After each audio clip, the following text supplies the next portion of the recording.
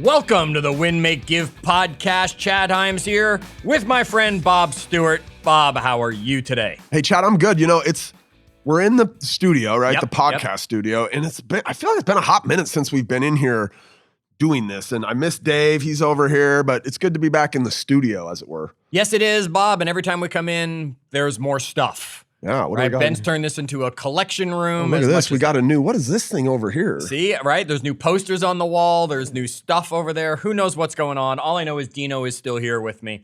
So all is good. Bob, we recently interviewed Linda McKissick. We did. And wow, let me just say that, right? One of the things that came out of that is she said something in there, and I don't remember exactly how she said it, but she talked about being a mentor. And I haven't been able to get that out of my head in a while. So I went out, I did a little research for us, and that's what we're going to talk about today, right? We're going to talk about making a difference, making an impact. Today, we're not going to necessarily cover the make more money part, but we're going to talk about being a mentor. Bob, what is a mentor? Like the dictionary? I mean, to me, I have the dictionary in front of me, but I'm just putting you on the spot. My definition. All right, I'm like, I wasn't ready for this. To me, a mentor is somebody that helps guide you through some aspect of your life, right? So it might be a professional mentor helping to guide me to be a more effective entrepreneur or professional in my job role. I could have a mentor for my marriage, right? Somebody that's done, basically it's somebody that's done what I'm looking to do or want to do who can help me on that path to doing the thing they've done. Okay. Oxford says an experienced and trusted advisor. Sure. That's a mentor. Now, folks, I got to believe that almost everybody listening is a mentor. To someone. To somebody, whether you know it or not, right? If you have kids, you're a mentor to them, I would hope, right? As you're doing this, maybe if you're an entrepreneur, you've got somebody who works with you, you're probably a mentor to them, whether you're being purposeful about it or not. And Bob, one of the things we want to cover on today's episode are the 8 different things to be more purposeful about being a successful mentor. Be an amazing mentor. Like, I think, like we want to pour ourselves into relationships that are amazing, right? And so if you're mentoring somebody right now, we hope you'll learn a few things here to make it even more impactful for them. Chad, as we were kind of setting this up, the other thing that I'd said this to you already, but I'll say it to everybody else. I think there's probably a few people listening here that might be thinking to themselves like, I don't really know that I'm in a position to be like mentoring people, like maybe in one avenue of your life, maybe it's in your professional. So I'd like you to listen to this on the other side, as the mentee, right? As somebody who maybe would love to have a mentor and be thinking about these things from that angle, right? Like, wow, like, does that relationship I'm starting to build with this person reflect these things that make successful mentor? And maybe if it doesn't, right, then you maybe pick another mentor. But so we can think about this from both sides, I think. Okay, that's excellent. And you've already mentioned it, and I'm going to bring it up again. You said this on another interview we just did recently. I usually do the best that when we wrap up talking about some of these business concepts, saying, now, folks, take that home. Yeah. Right? You don't have to just be successful doing this at work. You can do this at home with your family. The same thing is true with being a mentor. A mentor doesn't have to mean business. You already said maybe a mentor in my marriage because I'm looking for a man that's gone through what I've gone through to lead me to be a better husband. Yeah. Or maybe as a parent, or maybe even on our health. Yeah, you mentor a few people with their health, right? Yeah. They're on a journey that you've kind of been on. They see that experience and they want to glean from it. So this is not, Ben's talked about this before, right? There's nobody out there Ben would look to and say, I want that person to mentor me in all the facets of my life. Right? Because generally we're not all put together. Like, Ben, for example, we use this all the time, right? He could mentor us on wealth building. He does it all the time. He's not the guy that's going to mentor us on health, right? That's your job. Right. Absolutely. So that's a great point that you make. Folks, everybody, Bob said, if you're not a mentor or don't feel you can be a mentor, that's probably only in one area of your life. Yeah. You can probably be a mentor in one and a mentee in another, and everybody probably should be. Yeah, right? Absolutely. We should all have mentors and mentees. Bob, the first thing to be an amazing mentor, understand what you want out of the relationship. What does that mean to you when I kind of give you that headline to it? So I'm going to use, I think for a lot of these things, I'm going to use a current situation that's happening in my world where I'm I'm becoming a mentor to somebody in our organization. And, he's a 29-year-old. I'd call him a kid. I'm actually, like, I hate myself that I'm calling a 29-year-old a kid, right? As I reach my mid 40s, but he's a 29-year-old. He's a really smart guy. He cares, and so what I'd like to get out of the relationship with mentoring Zach in this particular is that we develop him into the leader he's capable of being inside of our company, because I think that he's a great asset to the company. He cares. He's incredibly hardworking. He takes problems and runs with them all the way to the end. He's a solutions-oriented guy. And I think there's a spot for him to grow in our company to become a leader. And so I guess out of that relationship, I'm looking to help him become a better leader. Okay. So you gotta kind of, why are you doing this? Right? And generally it tends to be, we see something in those people that we want to bring out of them, or that we think we can bring out of them faster than maybe they'll naturally bring it out of themselves. I like that, Bob. I like that a lot. All right. So first we start with understanding what we want out of this relationship. Why are we getting into it? What are we going to get from it? Because if we're not getting anything from it, sadly, we're going to burn out on it. Yeah, we're not going to want to put the time into it. It's going to become this thing on our calendar that we go, oh God, here we go. I got this half hour with this guy again. Right, exactly, right? I got to go through all that, right? So it's that player-coach relationship, right? The player might be the athlete that's out there. And here's the thing, is it sometimes possible that the player is actually better at the activity than the coach? Sure. Right? You can be sure that nobody was coaching Michael Jordan that was a better player than Michael Jordan was, right? When it comes to that. Yet, can they still have that mentor-mentee relationship? Absolutely, they can when it comes to it. So you don't always have to just be that much better than somebody to be a mentor to somebody to help them get where they're going. Bob, once we understand what we want out of the relationship, what should we put as number 2 on this list? So it's funny because this is something, and I mentioned, this is kind of this loosely formed mentorship that's been happening, and until today, I haven't done this with this person, but I plan to do it really soon. And number 2 is set some expectations together to kind of kick the relationship off. And so me and this guy have been doing this for a little while. His name's Zach, so I hate calling him this guy. Zach and I have been doing this for a little while, but we've never sat down and really talked about, it's just been this informal thing. I think it could be a lot more powerful if we sat down in the beginning and said, here's what this is going to look like, right? What do you expect from me, Zach? Like, I'd love to pour an hour every week into you where we just talk about the things that are challenges for you and how I've, run up against some of those same challenges. And at the same time, here's what I expect from you, right? I expect you to be honest with me, to be upfront, whatever those things, but we're going to basically agree on what this relationship is. And in some cases, that might be, how much time are we committing to this, right? Yeah. Are we putting it on our calendars and blocking it out? Is it once a week? Is it every other week?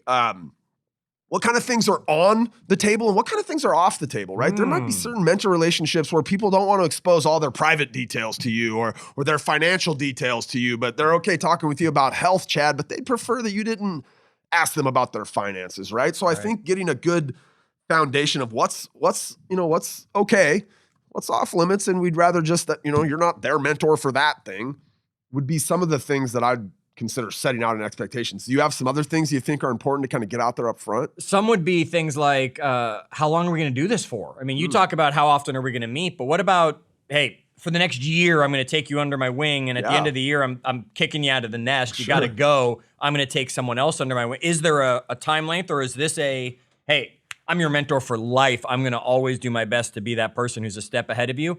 And how do you measure if it's actually working? Right? What are those things that, in your case, Zach wants out of this? And what are the things that you want out of Zach that you'll be able to look back in 3, 6, 12 months and say, hey, we didn't hit these numbers. Obviously, I'm not the guy getting you there. Or, wow, look at what you've done based on what we were looking at. I would say the flip side of understand what you want is understand what they want. And I think this set expectations in the beginning is maybe getting at that idea of like, let's understand what they want too, right? And that maybe comes out in the framework of setting expectations. Yeah, they might want you to really just be making connections and saying, hey, let me introduce you to this person. Oh, okay, yeah, I know that person over there. Or maybe they want you to be the one who's giving them advice and saying, no, do this or do that. We have to figure out what they want just as much as we figured out what we want out of this relationship. And then we have to set clear, I'm going to use that word right there, Bob, clear expectations so that we move down a path together. Yeah. Love it. Okay. Let's go on to the next one. The next one's build trust. Okay. Okay. You've got to build trust with your mentee, because if you're not building trust, it's going to be a fake relationship the whole time. You're never going to know. Now, Bob, one of the best ways to build trust, I believe, is consistency. Sure. Right? If I show up all the time, you can trust that I'm going to show up. Trust then bleeds into other things. And the second best way is to actually, genuinely, authentically care about the other person and who they are. Then trust will come across the table. What are your thoughts on step 3 here in building trust? I think for me personally, just over my life, one of the best ways that I've been able to build trust with others is to be willing to be vulnerable in Yes. front of that person. I think there's an amazing amount of trust. Look, so many people I think would say, like, I trust Ben Kinney, and I think a big part of that is he's willing to just bare his soul in every bankruptcy, or every time he found himself $800,000 in the hole, or the fact he came from this crazy upbringing. Like, sharing those things that a lot of us keep close are failures, right? I think you can build trust with somebody by sharing the failures you've had, but really just being vulnerable with somebody is an amazing way to build trust, in my opinion, or that has been my experience. You know, as you said, taking a genuine interest in them as a person. Yep. I'll just use my example with Zach here. Like, this is, look, I don't know that, like, we have a few things in common, right? And I know this now. We both like sports. We both like history. There's some things that we have in common, but trying to find those commonalities and take them outside of our natural environment has been a great way for us to build trust. So, like, I was taking to a Mariners game last night, right? I had an extra ticket. I'm like, hey, man, and it was a long drive for him. He drove an hour and a half, and this will tell you when this is recorded. Last night's baseball game went 13 innings. Zach didn't get home till 2 a.m. back up here in Bellingham. But, like, I know he likes sports, and I had an extra ticket, and he's the guy that I'm mentoring, and I wanted to kind of take us outside of that normal environment. Yeah, that's great. And bringing him outside, into my element, right, was a great way for us to build trust. We've done this we did a Husky football game last year where it was the same thing. And I kind of brought him in, like, that game we sat by my father-in-law, and I kind of brought him into my world a little bit, which I think for him is like, man, this guy trusts me enough to bring me in, let me meet his father-in-law. Like, there's a few things that I'm doing, but at the very end of the day, I like this kid, right? I don't think you can have a mentor-mentee relationship with somebody you don't like. And generally, when we tend to like somebody, most of us are going to take a genuine interest in them as a person. And you can't have a authentic mentor relationship with somebody that you don't like. No, it's not going to happen. Another great way to build trust and get to know your mentee, and this is one that Ben has taught all of us again and again and again, it's take notes, right? Oh, yeah. It's be an active listener, and that's a great way to be an active listener. I know who I am as a personality. I want you to get to the point. I want you to be done. When I have to take notes, it allows me to just slow down and listen, right? It allows me to say, okay, did I hear that? What did I hear? Write their things down.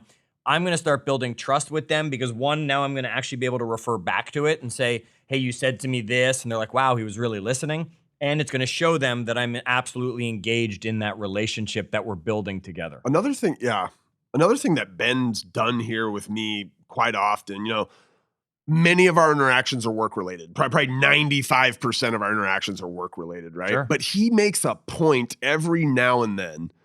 Like, he just did this with me last month. He just texts me, he's like, yeah, you heading to Bellingham tomorrow? I'm like, yeah, I'll be up there at like 9:30. And he's like, any chance you can leave an hour early and let's grab breakfast? And I was like, yeah, man, I'd love to grab breakfast. And then he was like, no work talk. And we did. We just spent an hour like, how's it going, man? What do you, how's life? How's Aaron and the kids? And what kind of stuff are the boys doing right now? And, he just showed a genuine interest in me as a person. And that was like kind of outside of our normal mentor-mentee relationship, right? He kind of carved out this special space to make me feel like this, like we're having a conversation about our lives, right? Yep. That's powerful. Bob, I'll give you one more thing when it comes to building trust, and that's protect confidence.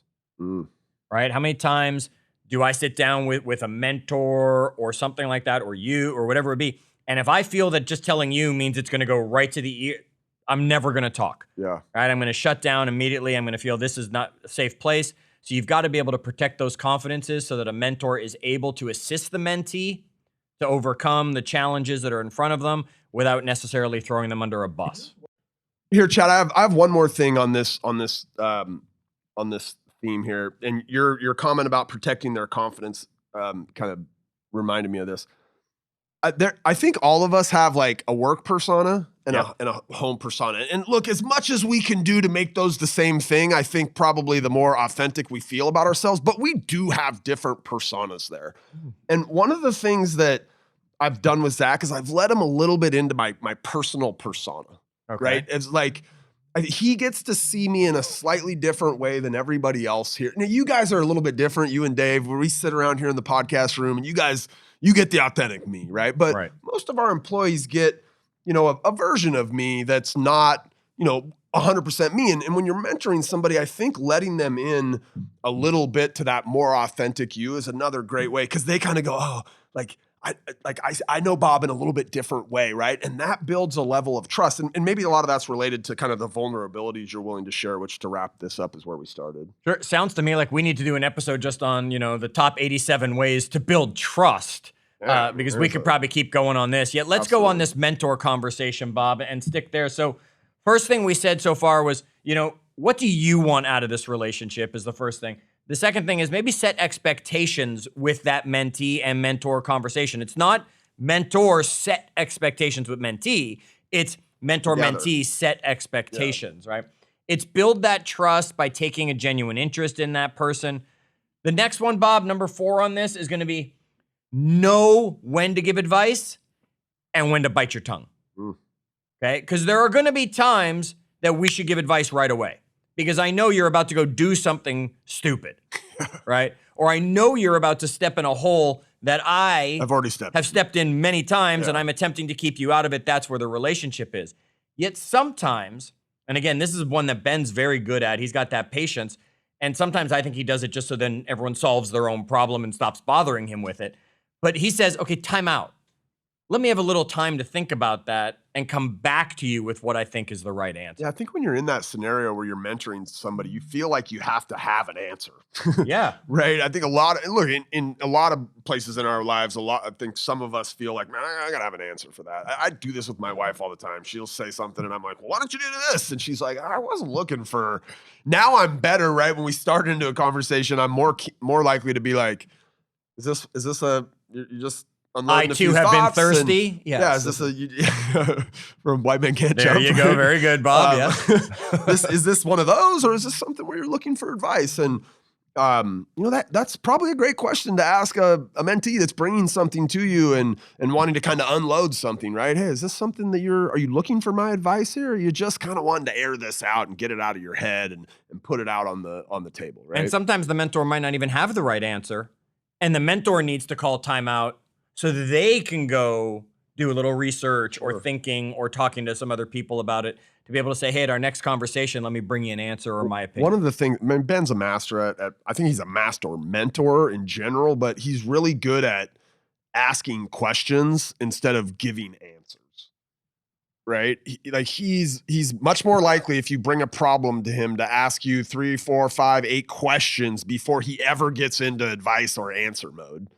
And many times, this, he doesn't ever get to advice or answer mode. It's this process of self-discovery because he's great at asking good questions. Yeah. Excellent point. Excellent point. All right. Number 5, Bob, never assume anything about your relationship that you have, right? Never assume anything about the relationship that you have, meaning, hey, you're not there to assume what's going on in the life of your mentee.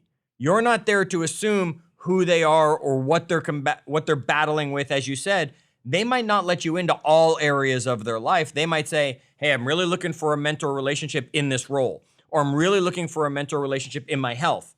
But you don't know that they're up to their eyeballs in debt, or you don't know that they're dealing with an illness or something that's going on. Never assume anything. I mean,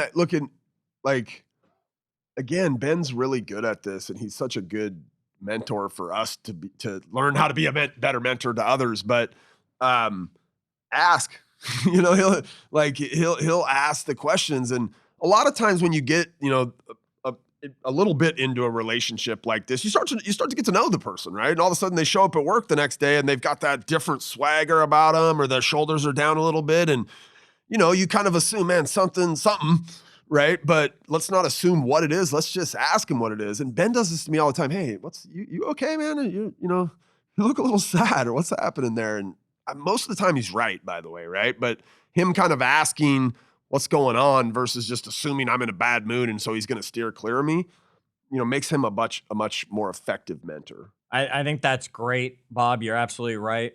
Our job as a mentor is to help move things forward. And if we don't have, because we've made an assumption and don't have the honest situation and the honest answer, we can't give the right advice, right? We can't give that right suggestion as a mentor to a mentee that we have in our life if we don't know what's truly going on. Yeah. Okay. Number 6, Bob. You were actually even talking about this earlier when it came to Ben and being a great mentor and stuff like that, because he shares his journey. Yeah. Like, he lets us know that he hasn't always been the guy he is. It was a process to get there. And, we're very lucky that he's willing to share all the aspects of that process. What it looked like in the beginning, what it looked like at its worst points, right? Some of the struggles and the challenges and the failures to get there. I think a lot of people look at that mentor and go, man, this guy's had it easy, or, it's been a smooth sail for him. And I think, look, most people that just met Ben today, or a lot of people that come into our company, probably have some assumptions, yep, right, about him that, but as he starts to share his journey and people learn more about it, or you start to share yours and your mentee learns more about it, I think that's a great way to build trust, by the way. Right? Absolutely. Is this willingness to be vulnerable, to share those. Look, for me, probably the best lessons I've ever learned in my life came out of massive failures in our businesses, right? And 100%. I do this with Zach. Because he at one point was managing a really big support operation here. He was like the lead of that. There's a lady that leads at Savannah who's amazing, but he took on a lot of the work. And we used to talk often about like the overwhelmingness of supporting thousands of software customers who are super, I don't want to say needy, but there's a lot there, right? I did that, and I failed miserably at it back in our Active Rain days. And I know lots of people didn't get the support that they deserved from me. But sometimes it was even talking with him through like the weight of going home every night and knowing there's 50 unanswered people in there that you're going to wake up tomorrow. It's going to be 100 by the time you get in the morning. How do you deal with that weight? And all of that is stuff that I was able to learn over my journey, and sharing that with Zach lets him know he's not on that. Even though he might be on his little journey alone, he's not the first person that's been on that journey, right? That's key right there, Bob, because how many people won't admit they made a mistake or won't admit they failed at something? And when you can say, hey, I've been there and here's what happened to me and here's the failures I've had. Now, in this case, Zach's able to say, hey, Bob, remember when you did that thing?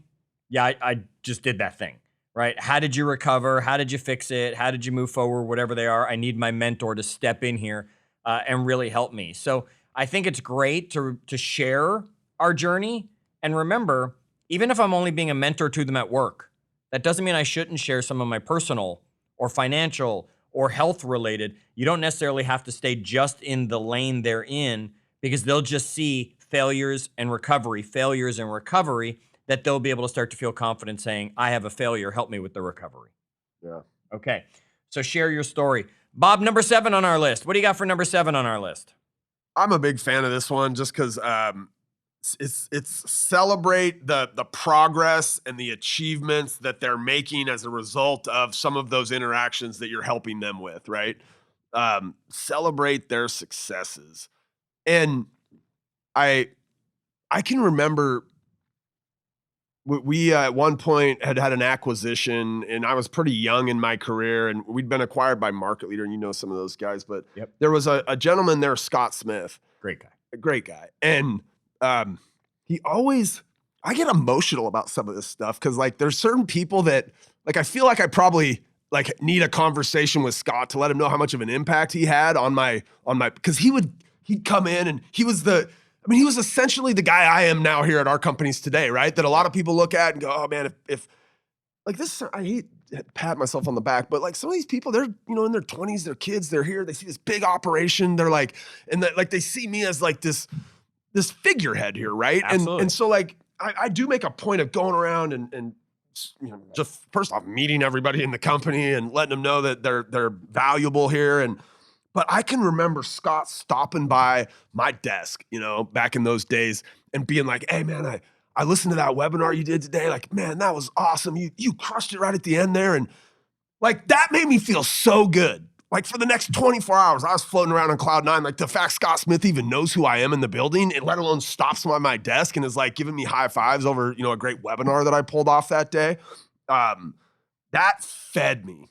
Yes. Right. And so I feel like you could be a great mentor when you feed people. Now, look, I am one of those people that my love language is like words of affirmation. Right. So probably, Scott maybe knew that or was at least tapping into that about me. But yeah, celebrate them, guys. Absolutely. People love to be celebrated. I just had an opportunity. I was just out of town teaching, and I was in a car with a mentee of mine, and I was in the car also with her parents who I work with. They had asked me to mentor her, and mom actually said to me, thank you. And I said, for what? She said, because she did something really great, but she didn't really realize she did something really great, and she was just glazing over it. And you stopped in your last call with her and you celebrated that with her. And it made such a huge difference when she got off that call coming to us and saying, oh my God, right? That I didn't realize, and that Chad just did it, and I got to go do this. And, because she doesn't listen to mom and dad, obviously, right? We have to celebrate their achievements to show the mentee how proud we are of them, of the progress that they're making, and how aware we are of that progress happening. I totally agree. And here's a kind of to piggyback on that. Sometimes, and Zach's one of these guys, he's very low key. He doesn't give himself enough credit like he should. And sometimes you celebrating those things is really like kind of drawing their attention to the fact that they're making wins, right? Because some people just aren't, maybe they don't see it as big of a win as we might, right? And so calling it out to them and putting a focus on it, I think is really important. Okay. Bob, you said something, and I want to take everyone all the way back to season 1, episode 51, if they want. And we talked about the 5 love languages there, right? And you've got to make sure that you're doing, as a mentor, you should be learning about your mentee, as we've talked about. You should be genuinely wanting to know who they are. You should be able to identify or be asking and have figured out what their love languages are. There's a business version of that book as well, right? Yeah, 5 love languages for the military, for your spouse, for work. They chicken souped that one to every role that's out there. Yet they're all basically the same thing, right? It's words of affirmation, it's physical touch, it's quality time, it's acts of service, and it's gifts. Those are the 5 love languages. Look, gifts is not one of mine. So if I did something great and someone gave me a gift, thanks. But if I did something good and someone literally pat me on the back or high-fived me and said, great job, words of affirmation and physical touch right there, now you're pouring into me. Now I know you're truly someone that I want to follow. You brought that up already with knowing that maybe Scott knew words of affirmation was yours. If not, maybe it was just his and it lucked out. I think he's just one of those guys. He's a rah-rah dude. He wants to make sure everybody knows they're important and on board. And yeah. All right. So Bob, the 8 things to make you an amazing mentor. Let's recap and then give them number 8. 1, what do you want out of the relationship? Because before you even get into it as a mentor, you need to know. Number 2 was set expectations. Number 3 was build that trust. Number 4 was know when to give advice and when to pause. Number 5 was never make assumptions. Number 6 is share your story. Number 7 is celebrate them.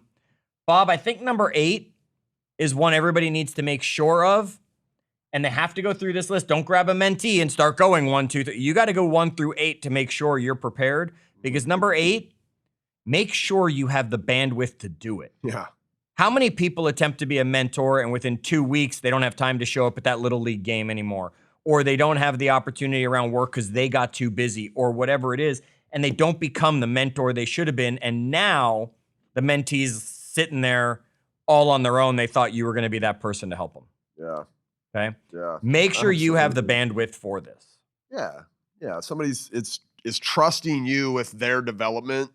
I think that's a monumental, that's a monumental undertaking that you're committing to. So yeah, you need to make sure that you can commit to it. And I would say when it's all said and done, Zach's going to get a boatload out of this relationship with you. But I know you're also going to get a boatload out of that relationship with Zach. Absolutely. Yeah, no question. I'm excited to, I think our company, and not just like a lot of people are going to get something out of it because he's going to become a better leader. Hopefully, I mean, again, patting myself on the back, but he's capable of he's going to be a great leader no matter what one day, right? He's already well on his way. I'm just hoping that I can help shorten the time frame that it takes for him to become, that better version of himself. That's awesome. All right, audience, here's what we're going to challenge you to do. We're going to challenge you to go be a mentor to somebody if you have the bandwidth for it right now. There's somebody you're probably doing it for. Maybe it's time to make it more official. Maybe that's not your kids, yet maybe to make it more official with somebody that you have as a mentee in your life. If you don't have a mentee, go find a mentee. There's someone out there who needs you. And challenge 1 is that. Challenge 2 is share this episode with them so they understand the conversations you should be having and why you're maybe asking some of the questions you are asking.